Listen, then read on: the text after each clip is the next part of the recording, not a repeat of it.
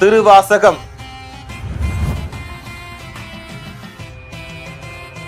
மதிமுகம் தொலைக்காட்சி நேயர்களுக்கு வணக்கம். நேற்று சிவபுராணத்தில் முதல் வரியை பார்த்தோம். அதன் தொடர்ச்சியாக இன்று இரண்டாவது வரியை சிந்திக்க இருக்கிறோம். இமைப்பொழுதும் என் நெஞ்சில் நீங்காதான் தாழ்வாழ்க. இந்த இரண்டாவது வரிக்கு என்ன விளக்கம் என்றால், காலத்தை குறிப்பிடுகிறார், கால அளவை குறிப்பிடுகிறார். கால அளவு என்பது இமைப்பொழுதும் என்று சொல்கிறார். கணப்பொழுது, நொடி பொழுது, வினாடி என்றெல்லாம் நாம் சொல்லுவோம்.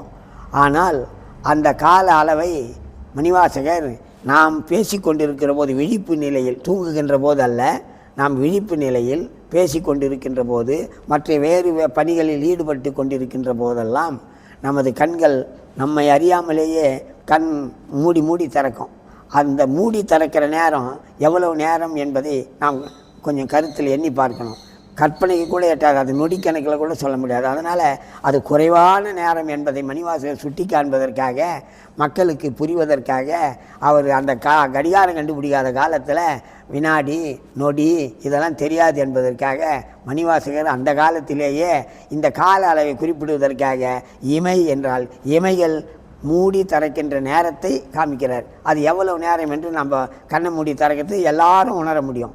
அதனால் அந்த நேரம் கூட, கண்ணை மூடி திறக்கின்ற நேரம் கூட இந்த இறைவனை நாம் மறக்கக்கூடாது, நம் நெஞ்சிலிருந்து நீங்கக்கூடாது என்ற அந்த மனசில் அந்த கருத்தை வைத்துக்கொண்டு, இமைப்பொழுதும் என் நெஞ்சில், மாணிக்க வாசகர் தன்னை சொல்கிற, தன்னுடைய நெஞ்சில் இறைவனை மறைக்கக்கூடாது என்பதை அழுத்தமாக பதிவு செய்கிறார்.